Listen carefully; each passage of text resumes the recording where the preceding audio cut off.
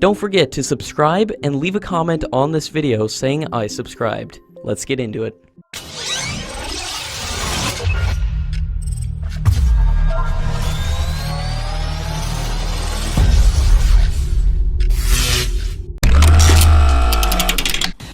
According to latest reports, 4 Su-30 fighter jets formerly flown by the Indian Air Force have been delivered to Angola after being upgraded to Su-30KN standard. These early models of Su-30 aircraft were basic aircraft without features like thrust vector controls, which the Indian Air Force returned to Russia and replaced with the more advanced Su-30 MKIs. After receiving a series of complaints against Caracal of the UAE, which was shortlisted as the lowest bidder in the fast-track procurement of carbines worth $553 million, the Ministry of Defense is considering to issue a fresh request for proposal for the procurement of 93,895 carbines. The UAE company has failed to submit its response as per the format of the commercial bid, and the amount of 70 crore rupees was not reflected in the bid format, which is used for the determination of lowest bidder, and the company also has no previous data to establish the reliability of the equipment, which can impact the life cycle of the carbine.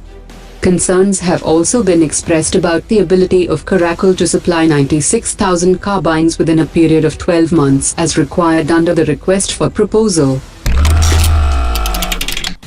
According to the US Navy Institute, a continuous deterrence patrol requires a minimum of 4 SSBN submarines.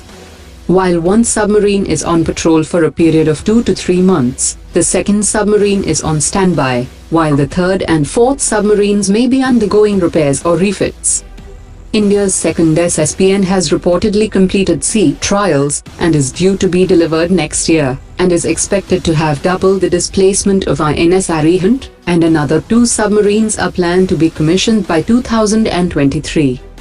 Apart from these 4 Arihant-class submarines, another batch of 6 larger SSBN submarines are expected, and will be equipped with submarine-launched systems with ranges up to 7,000 kilometers. After nearly 8 years of tendering and trial process from various international manufacturers, the Indian Army has declared the Russian IGLA-S system as the winner of the Very Short-Range Air Defense Program. The IGLA-S man-portable system was recently replaced by the 4th-generation VERBA man-portable system by Russia, but India decided to go with an older system, even when Russia offered to supply the latest VERBA system to India. According to media reports, change of system while the selection process was ongoing could have meant that the whole ongoing tendering process had to be scrapped and re-tendered.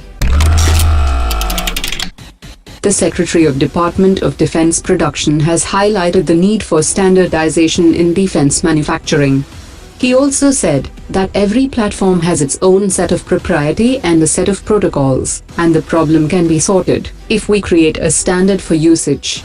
He also said that while we have focused on testing and quality assurance, but we have not yet focused on standardization. According to latest reports, India and Singapore have renewed a bilateral agreement that will allow Singapore to continue to train and exercise its army in India, and the two countries have also agreed to step up intelligence and information sharing in maritime security.